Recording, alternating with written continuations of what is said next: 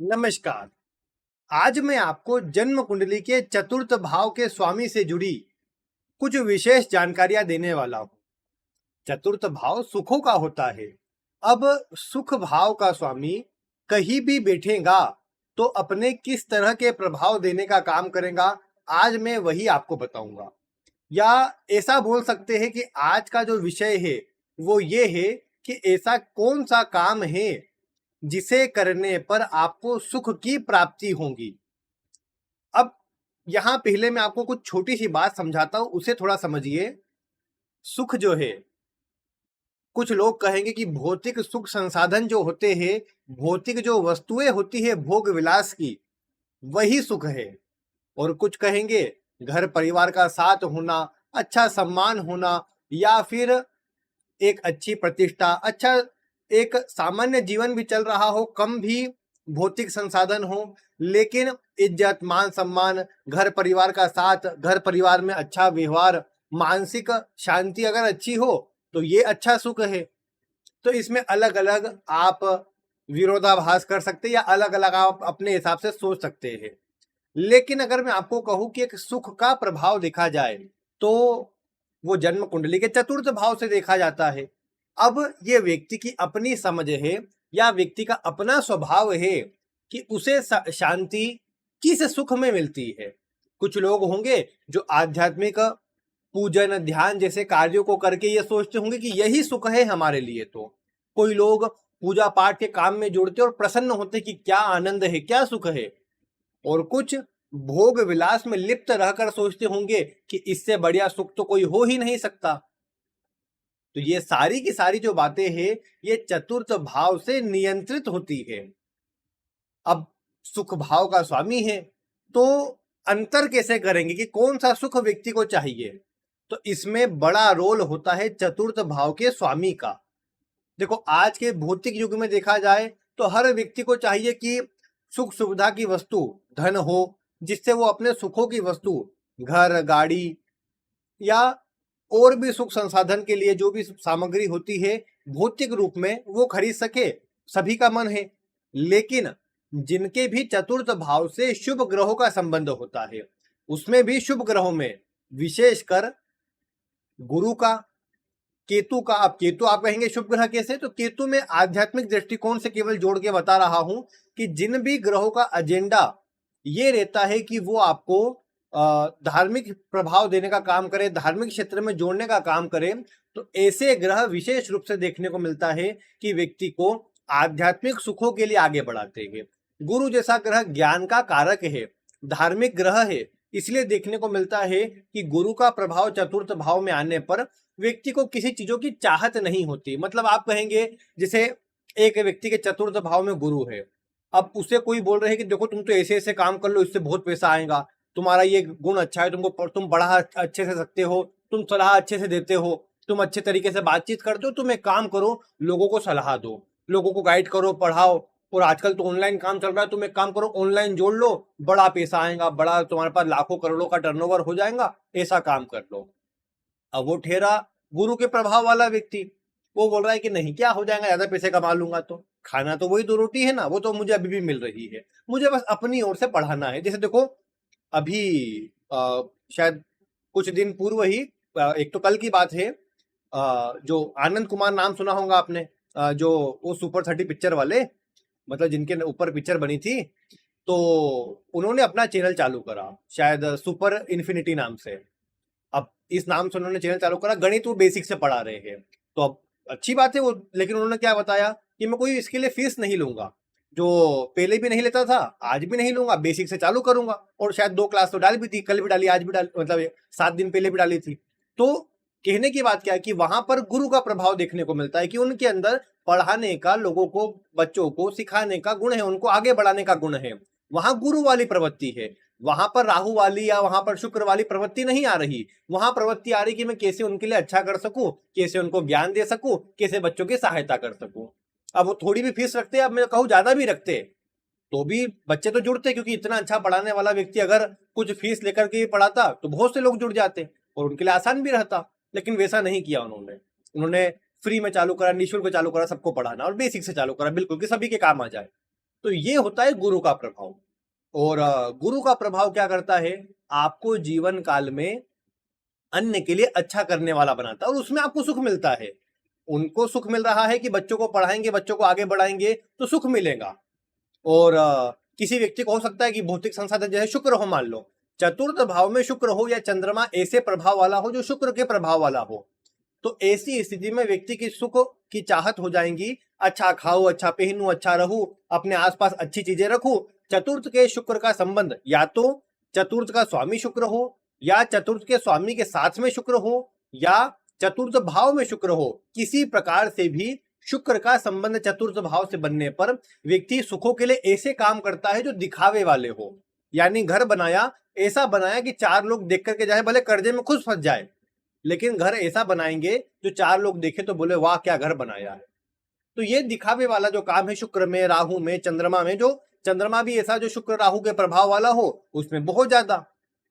सूर्य की बात करेंगे तो अपना सम्मान बनाने के लिए दिखावा है वहां पर। सूर्य आप जानते हैं ना, सूर्य ग्रहों का राजा है। तो राजा का क्या है काम, कि उसे अपनी प्रतिष्ठा बनाए रखना है। अगर एक राजा एक साधारण से कपड़े पहनकर साधारण से लोगों के बीच में रहेगा तो राजा नहीं कहाएगा। कुछ ना कुछ उसकी वैल्यू होना चाहिए, कुछ ना कुछ उसका मान होना चाहिए। तो वो जो मान है उसको बनाए रखना राजा का कर्तव्य है। इसलिए चतुर्थ भाव से सूर्य का संबंध या तो राशि सूर्य की हो या फिर सूर्य बैठा हो, तो ऐसा व्यक्ति मतलब पूरी तरह दिखावे के लिए भी नहीं, लेकिन पूरी तरह ऐसा भी नहीं कि काम घटिया कर लेगा। काम ऐसा करेगा कि अन्य लोग देखकर तारीफ करे, हाँ, या उसका सम्मान उससे पता लगे कि देखो ये काम इसने क्या बढ़िया काम है, मतलब व्यवस्थित काम है, मजबूत काम है। शुक्र का संबंध भी आ गया तो फिर बहुत ज्यादा दिखावा हो सकता है। राहु का संबंध आ गया सूर्य के साथ में तो बहुत ज्यादा दिखावे की तरफ व्यक्ति जा सकता है। तो ये अंतर, क्योंकि राहु ने बड़ा करना है, राहु ने दिखावा करना है, और वहीं पर सूर्य आ जाएगा तो अपने मान सम्मान के लिए दिखावा करना है। मंगल आ जाएगा तो अपना प्रभुत्व जमाने के लिए दिखावा करना है। जैसे आपने देखा होगा कि कोई नेता, मंत्री, कोई बड़े पद वाला कोई व्यक्ति, उसका सम्मान रहे, समाज में उसकी प्रतिष्ठा रहे, भले घर में खाने को ना हो लेकिन समाज में उसकी प्रतिष्ठा रहे, उसे दिखाने के लिए क्या करता है, अपना घर बड़ा बनाता है, अपने पास बहुत सारी गाड़ियां, बहुत सारे लोग नौकर आदि रखता है कि उसकी प्रतिष्ठा, उसकी जो एक प्रभुत्व है वो शामिल हो पाए, वो कहीं ना कहीं दिखे लोगों को, उसके लिए काम करता है। तो ये भी जब मंगल का प्रभाव बढ़ेगा और राहु के साथ में बढ़ेगा तो ये चीजें देखने को मिलेंगी। वैसे चतुर्थ से मंगल का प्रभाव हो तो व्यक्ति को भौतिक सुख संसाधन चाहिए होता है लेकिन खुद भोग नहीं कर पाता। देखो पापक ग्रह का प्रभाव समझ लीजिए, राहु हो, मंगल हो, शुक्र हो, माफ कीजिएगा शनि हो, केतु का प्रभाव तो अलग हो जाएगा, आध्यात्मिक तरफ हो जाएगा। व्यक्ति चाहेगा तो भी आध्यात्मिक रूप में जुड़े रहेगा, उतना ही उसको सुख मिलेगा, भौतिक सुख संसाधन थोड़ी मात्रा में। सूर्य की बात करेंगे तो सूर्य क्रूर ग्रहों में आता है, लेकिन जैसा मैंने कहा ना, सूर्य को पूरी तरह से नहीं बोल सकते कि सूर्य चतुर्थ में होगा तो व्यक्ति को भौतिकता में ही जोड़ देगा, लेकिन सुख नहीं लेने देगा, ऐसे भी प्रभाव नहीं है। मंगल में, शनि में और राहु में, इन तीन ग्रहों में विशेष रूप से ये प्रभाव है कि चतुर्थ भाव में अगर इनका संबंध बनता है, ऐसा व्यक्ति अपने जीवन काल में कितनी ही भौतिक सुख संसाधन की वस्तु अर्जित कर ले, कितने ही घर, कितनी ही गाड़ी अर्जित कर ले, उसे उनका सुख नहीं मिलेगा। ज्यादा खराब हो जाएंगे ये ग्रह तो पूरी तरीके से नहीं मिलेगा, ऐसा समझना चाहिए। आपको देखने को मिलेगा कि जब भी मंगल का, शनि का, राहु का संबंध चतुर्थ भाव से होता है तो व्यक्ति ने अच्छा घर बनाया, पता लगा कि उसको काम के लिए बाहर जाना पड़ रहा है या फिर किसी और कारण से उसको बाहर जाना पड़ रहा है तो वो नहीं कर पा रहा है, या फिर उसको जो सुख में रहना चाहिए, जैसे मान लो कोई व्यक्ति नौकरी करता है, उसने नौकरी की मेहनत करके अपना घर बना लिया, अब सुबह से लेकर शाम तक की नौकरी, रात को बस सोने के लिए आ रहा है, सोता है और फिर सुबह काम पे निकल जाता है, तो जो घर का सुख मिलना चाहिए वो उसे नहीं मिल रहा। ऐसे ग्रहों में मैं हमेशा बोलता हूं कि आप सुख अर्जित करोगे लेकिन दूसरों के लिए, घर परिवार के सदस्यों के लिए, अन्य के लिए। आपकी मेहनत का फल अन्य उठाएंगे, आपको उतना नहीं मिलेगा। ये बातें यहाँ पर जरूर से देखने को मिल जाती है, और पापक ग्रह होने पर विशेष रूप से। अब इसमें और एक कड़ी जोड़कर आगे बढ़ा जाए तो सुख भाव का कोई न कोई ग्रह स्वामी होगा, उसकी स्थिति को विचार कीजिए कि वो ग्रह कहां पर है, कहां पर जा रहा है। जैसे मान लीजिए सुख भाव का स्वामी लग्न में जुड़ गया। अब ऐसे व्यक्ति को लग्न से जुड़ गया मतलब सुख का स्वामी लग्न से जुड़ा है, इसका मतलब है कि व्यक्ति को सुखों की चाहत ज्यादा है। व्यक्ति अपने जीवन काल में सुख पूर्वक ही सभी काम करना चाहेगा या सुख पूर्वक ही सभी काम करेगा। कैसे? जैसे मान लीजिए एक हो सकता है कि व्यक्ति बहुत भागदौड़ करके लोगों से मिल के लोगों के लिए मेहनत करके काम कर रहा है। एक है कि वो बैठ के काम करना चाहता है, उसका मन नहीं करता कि घर को छोड़कर जाए, घर से दूर जाए या कुछ बाहर जाके काम करे, उसका मन नहीं करता। तो ये वो प्रभाव है कि सुख भाव का स्वामी जब व्यक्ति के लगने या लगने से जुड़ जाता है तो ऐसा व्यक्ति भागदौड़ की बजाय बैठकर बुद्धि से, श्रम से और अपने मानसिक श्रम से किए जाने वाले कार्यों को अधिक करता है, घर परिवार से जुड़कर अधिक कार्य करता है। फिर ग्रह अनुसार प्रवृत्ति आप बदल सकते हैं कि मंगल है तो थोड़ा उग्र होकर के अपने सुखों पर ज्यादा ध्यान देगा, लेकिन वही गुरु होगा तो लोगों की सहायता की तरफ अधिक ध्यान देगा। तो इतना अंतर तो मैं समझता हूं आप कर ही लेंगे। इसके बाद अगर आपने देखा कि सुख भाव का स्वामी दूसरे भाव में चला जाता है, दूसरा भाव धन का है, वाणी का है, कुटुंब का है, ऐसा व्यक्ति जितना धन कमाता है उतना प्रसन्न होता है। सीधी सी बात है, जब सुख का स्वामी धन में है तो धन कमाएगा तो सुख मिलेगा। जरूरी नहीं कि धन से ही सुख मिले, लेकिन व्यक्ति की प्रवृत्ति रहेगी। अच्छा खाना व्यक्ति को सुख प्रदान करेगा, अच्छा बोलना व्यक्ति को सुख प्रदान करेगा, घर परिवार से अच्छे संबंध रखना व्यक्ति को सुख प्रदान करेगा। यही बात ग्रह अनुसार थोड़ी बदलेंगी, जिससे आपको देखना चाहिए। अब यही सुख भाव का स्वामी तीसरे भाव में हो तो कई बार छोटी यात्रा करने पर, नए नए लोगों से मिलने पर, घूमने पर, बाहर जाने पर और दूर क्षेत्रों की यात्रा करने पर और मार्केटिंग, ऑनलाइन काम, कम्युनिकेशन, लोगों से बातचीत करना, लेखन, गाना या जो भी ऐसे काम जो बुध के प्रभाव वाले आते हो, जिसमें क्रिएटिविटी हो, तीसरा भाव जिसमें शामिल हो जाए, हॉबी वाले जो व्यक्ति को करना अच्छा लगता है, ऐसे काम में व्यक्ति जुड़ता है तो उसको सुख मिलता है। हालांकि ये स्थिति जन्म स्थान से दूर ले जाती है और कई बार सुखों का प्रभाव जन्म स्थान से दूर ही मिलता है। अगर मैं यहाँ बीच में आपको एक सूत्र बताऊं जो ज्योतिष शास्त्र में देखने को मिलता है सुख से जुड़ा, कि व्यक्ति को सुख कहां पर मिलेगा, तो अगर सुख भाव का स्वामी जन्म कुंडली के तीसरे भाव में, छठे भाव में, आठवें भाव में, नवे भाव में, 11वें या 12वें भाव में स्थित हो तो ऐसे व्यक्ति को जन्म स्थान से दूर जाकर के सुख मिलता है। इसमें भी सुख भाव का स्वामी अगर छठे और आठवें में हो तो बड़ी मेहनत के बाद और स्ट्रगल और समस्याओं का सामना करने के बाद जाकर व्यक्ति को सुख का लाभ मिल पाता है। तो इसीलिए इन बातों का भी विचार करना चाहिए यहाँ पर कि सुख कहाँ पर जाकर मिलेगा। आप जन्म स्थान पर लगातार मेहनत कर रहे हैं, आपका सुख तो बाहर लिखा हुआ है। या ऐसा समझ लो कि सुख भाव का जो स्वामी है वो कहीं अच्छा बैठा है लेकिन सुख भाव पीड़ित है, चतुर्थ भाव खराब है, तो सुख जन्म स्थान पर नहीं मिल पाएगा। माता से आपके तालमेल जो होते हैं ना, वो चतुर्थ भाव और उसका स्वामी दर्शाता है। मान लीजिए आपको माता का सुख कम मिला, आपकी माता से कम बनती है, आपके माता से तालमेल खराब है, ऐसी सभी स्थितियों में आप एक बात पाएंगे कि आपको जो सुख है वो अपने जन्म स्थान से दूर या घर परिवार से दूर जाने पर मिलेगा। जब आप अपने कंफर्ट जोन को छोड़ देंगे तो उसके बाद जाकर के आपको सुख की प्राप्ति होगी। ये बात आपको ध्यान देना चाहिए। इसके बाद यदि आप देखो कि सुख भाव का स्वामी सुख भाव में, चतुर्थ भाव में ही बैठा हो तो अच्छी स्थिति है। फिर यहाँ पर आप वो विचार कीजिए कि कौन सा ग्रह है और ग्रह अनुसार आपको कैसा, जैसे मैंने बताया था गुरु होगा तो आप आध्यात्मिकता की ओर बढ़ेंगे। यही अगर मंगल या शुक्र जैसा ग्रह होगा तो भौतिक सुख संसाधन इकट्ठा करने पर, भौतिक वस्तु को दिखाने में आप अपना श्रम लगाएंगे, अपनी मेहनत लगाएंगे। अगर सुख भाव का स्वामी पंचम में हो तो शिक्षा से, ज्ञान से, बच्चों की सहायता करने से, बच्चों के साथ जुड़ने से आपको सुख की प्राप्ति होती है। अच्छा कॉम्बिनेशन कहा गया है इसे। यह पद, मान, सम्मान व्यक्ति को अपनी बुद्धि से दिलाता है, सुख भी व्यक्ति को अपनी बुद्धि से दिलाता है। तो ये अच्छा कॉम्बिनेशन है। सुख भाव का स्वामी छठे भाव में हो तो फिर कहीं ना कहीं थोड़ा सा चैलेंज का सामना करने पर, संघर्ष का सामना करने पर, कर्ज लेने पर, कर्ज से जुड़ी समस्याओं से जूझने पर व्यक्ति को सुख मिलता है। कई बार इन चीजों में बहुत परेशान होने के कारण व्यक्ति मानसिक रूप से परेशान हो जाता है, मानसिक सुखों की कमी रहती है। ऐसे लोग प्रायः अगर बाकी ग्रह खराब हो और नैतिक मूल्य खराब हो जाए व्यक्ति के, मतलब राहु का प्रभाव लग्न नवमांश के लग्न, नवम भाव और नवम भाव के स्वामी से ज्यादा जुड़ा हुआ हो और चतुर्थ का स्वामी छठे में हो तो ऐसी स्थिति के अंदर व्यक्ति करप्ट हो जाता है, व्यक्ति अनुचित काम करता है, व्यक्ति गलत काम करता है, व्यक्ति दूसरों को नुकसान पहुंचाता है या अपने लाभ के लिए दूसरों को हानि करता है या दूसरों को ठगता है। मैंने कई ऐसे केस देखे जिसमें चतुर्थ का स्वामी छठे में था, व्यक्ति ने एक ही प्रॉपर्टी 2-4 लोगों को बिकवा दी, अच्छा धन कमा लिया और वहां से फरार हो गया। तो ये धन कमा लिया उसने तो लोगों को ठग करके, अब सालों साल तुम केस लड़ा करो और देखो किसकी है किसकी नहीं है, ये बात हो जाती है। तो ये होता है जब चतुर्थ का स्वामी छठे में खराब हो जाए और बाकी ग्रह का कॉम्बिनेशन खराब हो जाए।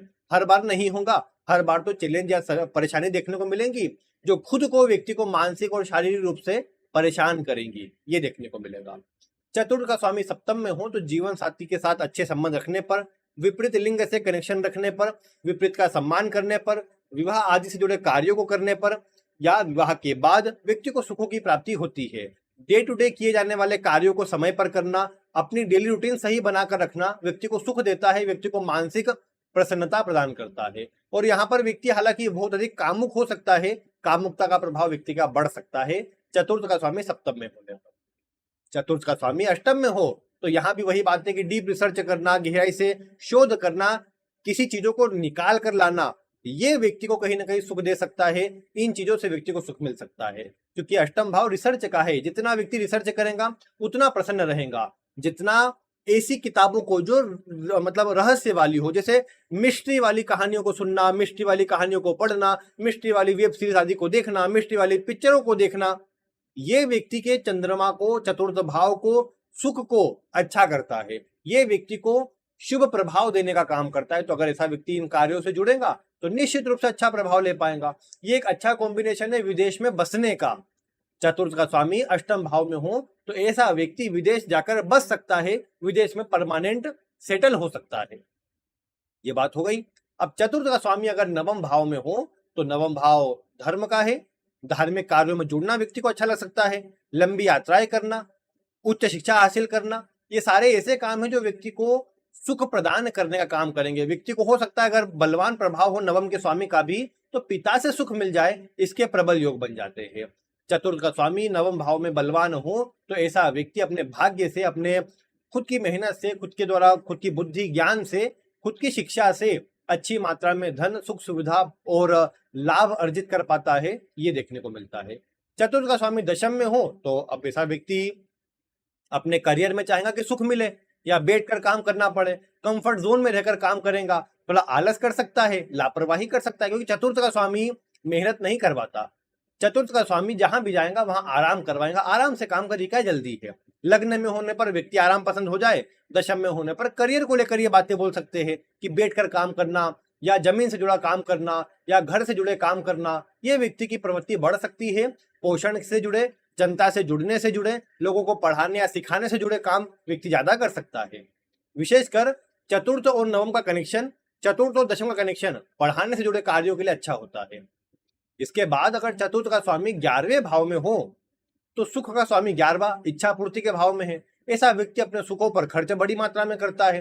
हालांकि घर परिवार के लोगों से संबंध अच्छे नहीं रहते, सुख अर्जित करता है लेकिन बार बार मन उचटता रहता है या बदलते रहता है। ऐसा व्यक्ति बार बार अपने मन को बदलता है। हो सकता है जिस चीज के लिए व्यक्ति प्रयास कर रहा था कि मुझे तो ये गाड़ी मिल जाए बहुत बढ़िया है, ले ली, मन करा कि नहीं इसमें उतना दम नहीं, एक काम करते कुछ और लेते हैं। इन चीजों पर व्यक्ति धन का खर्च ज्यादा मात्रा में करता है, व्यर्थ की चीजों पर धन का खर्च अधिक करता है, ये भी देखने को मिला है। यहाँ भी चीटिंग, धोखाधड़ी वाले केस का प्रभाव बनता है, इसलिए ध्यान रखना चाहिए कि अपने नैतिक मूल्यों को खराब न किया जाए, अपने आप को पवित्र और साफ रखा जाए, क्योंकि ऐसे आरोप भी लग सकते हैं और ऐसी चीजों में फंसना भी पड़ सकता है, जिससे बचना चाहिए। बाकी अपनी इच्छा पूर्ति व्यक्ति जो अपनी इच्छाओं को पूरा करता जाता है वही उसके लिए सुख है। लोगों से ग्रुप में जुड़ता है, लोगों से एक सर्कल में रहता है तो व्यक्ति प्रसन्न होता है, ये देखने को मिलता है। अब चतुर्थ का स्वामी 12वें में होगा तो ध्यान, मेडिटेशन और मैं ये कहूँ कि लोगों की सहायता करना, परोपकार करना, दान करना, ये व्यक्ति को प्रसन्नता प्रदान करता है, सुख प्रदान करता है। चतुर्थ का स्वामी 12वें में हो तो विदेश की यात्राएं करना, विदेश जाना, बाहर के क्षेत्रों से जुड़ना, ये व्यक्ति को लाभ देता है। इनसे व्यक्ति प्रसन्न होता है। हालांकि व्यक्ति खर्चीला होता है अपने सुखों के प्रति, कई बार जमीन के लेन देन में फंस जाता है, धन फंस जाता है, दिया हुआ पैसा फंस जाता है कि टोकन मनी दे दी, बाद में पता लगा सामने वाला फ्रॉड कर गया तो पैसे नहीं चुका रहा है, या खुद ने किसी से पैसे लिए थे और खुद फंस गए कि वो अब जो जमीन थी या जो वस्तु मिलने वाली थी या जो बेचना थी अब वो मन नहीं कर रहा या कोई और समस्या आ गई उसके अंदर। ऐसी सारी जो स्थितियां है चतुर्थ का स्वामी 12वें में होने पर अधिक देखने को मिलती है। ज्योतिष शास्त्र का सूत्र है कि चतुर्थ का स्वामी खराब हो, यानी छठे, आठवें, 12वें भाव में हो, चतुर्थ भाव पर किसी पापक ग्रह का प्रभाव हो या किसी ग्रह की दृष्टि न हो, यानी सुप्त हो, और चंद्रमा खराब हो तो ऐसे व्यक्ति की माता का स्वास्थ्य हमेशा खराब रहता है। ऐसे व्यक्ति के तालमेल माता से हमेशा खराब रहते हैं। ऐसा व्यक्ति कई बारी घर परिवार में मानसिक तनाव या चिंता का अनुभव करता है। तो ये सारी चीजें यहाँ पर देखने को मिलती है। उपचार क्या है इसका आसान उपचार है कि व्यक्ति अपने माता के वजन के बराबर अनाज का, अन्न का दान कर दे, गेहूं का, चावल का या और भी किसी खाने से जुड़ी वस्तु का दान कर दे, तो व्यक्ति को अच्छा परिणाम मिल जाता है। व्यक्ति उससे प्रसन्न रहता है और अच्छे परिणामों को प्राप्त कर पाता है। तो ये प्रभाव चतुर्थ के स्वामी से जुड़ा है। अब आप बस इतना देखिए, देखो वैसे तो विस्तार इसमें न देते हुए अगर शॉर्ट में एक सूत्र बताऊं मैं आपको, तो ये देखिए कि चतुर्थ का स्वामी कौन है, चतुर्थ में बैठा कौन है और चतुर्थ का स्वामी कहाँ बैठा है। इन तीन बिंदुओं को देखिए और इन तीनों से जो जो बातें निकल के आए आप ये पता लगाइए कि उससे आपको सुख किन किन चीजों से मिलने वाला है। जैसे चतुर्थ में गुरु बैठ गया, अब गुरु बैठ गया तो आपने देखा कि आपको ज्ञान सीखने से, कुछ सीखना, पढ़ना, ज्ञान अर्जित करना, उससे आपको सुख मिलेगा, पहला पॉइंट। दूसरा पॉइंट, चतुर्थ का स्वामी आपने मान लिया कि यहाँ पर बन गया मंगल। अब मंगल बन गया तो आप भौतिक वस्तुओं को अर्जित करना चाहेंगे, लेकिन गुरु का प्रभाव भी है तो आप लोगों की सहायता करेंगे, अपने धन, एक सामान्य स्थिति में धन अभी अर्जित करेंगे और भौतिक सुख संसाधन भी होंगे, लेकिन अपने ज्ञान से और बुद्धि से हासिल करेंगे। अब इसमें आप ये भी देख सकते हैं कि आपका मंगल कहाँ बैठा है। मान लो ये मंगल दशम में है और गुरु भी देख रहा है उसको, तो आपके काम ऐसे रहेंगे जो घर, जमीन, शिक्षा, पढ़ाई, ज्ञान देना, इनसे जुड़ जाए और आप लोगों को इनसे जुड़ी सलाह दे और गुरु और मंगल दोनों कनेक्शन बना करके सुख प्रदान करे आपको। तो ये चीजें आप देख सकते हैं। इसमें वैसे तो एक पॉइंट और जोड़ा जा सकता है कि किस भाव का स्वामी चतुर्थ भाव में है। मान लो आपके भाग्य का स्वामी, नवम भाव का स्वामी चतुर्थ में है, तो आपको ज्ञान अर्जित करने से, लोगों को सलाह देने से, धार्मिक कार्य करने से, मंदिर जाने से आपको सुख की प्राप्ति होगी। बस ये प्रभाव भी आप ले सकते हैं। तो इसे आप देखिए एक बारी कि आपके लिए किस तरह का प्रभाव आ रहा है। तो ये सारी स्थितियां हो गई आपके चतुर्थ भाव से जुड़ी हुई। अब ये जो सुख का प्रभाव मैंने बताया है, आप इसे देखिए, भौतिक दृष्टिकोण से थोड़ा बताया है, आध्यात्मिक पहलू भी बताए हैं, दोनों को मिलाइए, किस तरह आपका झुकाव ज्यादा है, कौन से ग्रह चतुर्थ भाव से संबंध बना रहे हैं। थोड़े शनि केतु जैसे प्रभाव बनाएंगे, गुरु केतु जैसे प्रभाव बनाएंगे, गुरु, शनि, केतु, इन ग्रहों का अधिक प्रभाव आपको आध्यात्मिक तरफ आगे बढ़ाएगा। सूर्य का प्रभाव भी आध्यात्मिकता से जोड़े रखेगा। अन्य ग्रह थोड़े भौतिकतावादी प्रभाव में जा सकते हैं, वो स्थिति और राशि आदि अनुसार प्रभाव बदल भी सकते हैं, लेकिन वो आपको देखना होगा किस ग्रह का प्रभाव ज्यादा है। तो ये तो हो गया आपके सुख भाव का प्रभाव। अब आपको इससे जुड़ा कोई प्रश्न है तो वीडियो में आप कमेंट करिए, मैं आपको आगे बताऊंगा। बाकी आज की वीडियो में इतना ही। वीडियो देखने के लिए आपका बहुत बहुत धन्यवाद।